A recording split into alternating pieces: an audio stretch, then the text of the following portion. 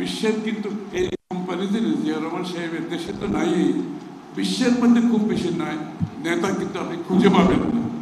আমরা কি ওনাকে বাংলাদেশের নেতা বানিয়ে রেখেছি?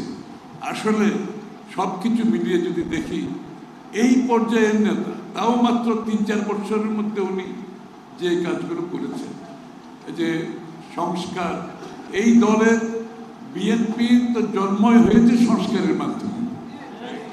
যারা সংস্কারের কথা বলছে আমি তাদেরকে বলবেন একটু বিএনপির জন্মটা কি কারণে হয়েছে এবং সেখান থেকে যে সংস্কার আজ পর্যন্ত হয়েছে। বাংলাদেশের যত সংস্কার হয়েছে রাজনৈতিক, অর্থনৈতিক, সামাজিক, 90% সংস্কার করেছেন বিএনপি।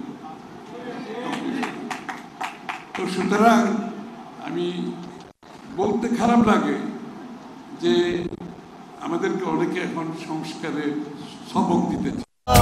এখন এমনই ফুরফুরে মনে থাকবে সবাই। বসুন্ধরা টয়লেট্রিজ, ফুরফুরে মন সারাক্ষণ। 6 বছর আগে দেশনেত্রী বেগম খালেদা জিয়া ভিশন 2030-র মাধ্যমে যে সংস্কারের কথা বলেছেন, যে 2বারের অধিক প্রধানমন্ত্রী থাকতে পারবেন, এটা 6 বছর আগে, 2 বছর আগে, 6 বছর আগে 2বারের বেশি প্রধানমন্ত্রী থাকতে পারবে না, 2 কক্ষ বিশিষ্ট সংসদ, প্রেসিডেন্ট এবং প্রধানমন্ত্রীর ক্ষমতার ভারসাম্য 6 বছর আগে বলেছে। এবং হাসিনা পরবর্তী যে বাংলাদেশ হবে সেটাকে মাথায় রেখে কিন্তু আমরা দেশনেত্রী বেগম খালেদা জিয়া এই কথাগুলো বলেছে। এই সংস্কারগুলো দরকার হবে আগামীর বাংলাদেশে। তো তারা সেই কথাগুলো আজকে আমাদেরকে বলতেছে, আমাদের কথা ওরা আমাদেরকে আবার বলতেছে, আবার সংস্কারের সময় দিতেছে। এর থেকে দুঃখজনক আর কিছু নেই। এটা হলো সংস্কারের ব্যাপার। আরেকটা শুনতেছি আমি ইদানিং যে মুজিববাদ, জিয়াবাদ। এবার জিয়াবাদ আপনারা কোনোদিন বলেছেন কেউ? আমি তো কোনোদিন জিয়াবাদ বলিনি। মানে এই আবিষ্কার কে করলো? যে বিএনপি যে জিনিসটা আবিষ্কার করতে পারে নাই, যারা বিএনপির বিরোধিতা করছে তারা জিয়াবাদ আবিষ্কার করে ফেল। আমরা জিয়া রহমানকে কোনোদিন মহামানব বানাই নেই। আমরা 3বার ক্ষমতায় ছিলাম।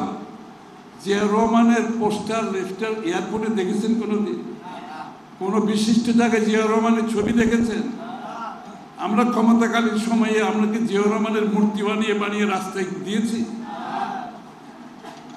জিয়া রহমানকে আমরা আমাদের দলীয় চর্চার মধ্যে জিয়া রহমানের জিনিসগুলো আমরা আলোচনা করি, কিন্তু রাষ্ট্রীয় পর্যায়ে বিএনপি 3বার ক্ষমতায় থাকতে রাষ্ট্রীয় পর্যায়ে জিয়া রহমান নিয়ে আমরা জিয়া রহমানকে মূলধন করে রাজনীতি করি নাই।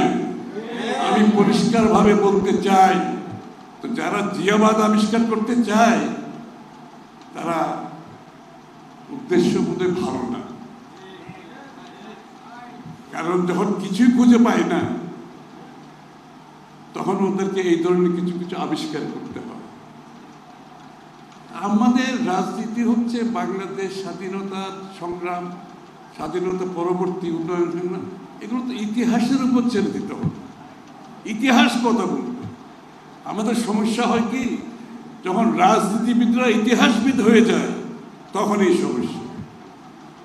বিএনপির রাজনীতিবিদরা ইতিহাসবিদ হতে চায় না।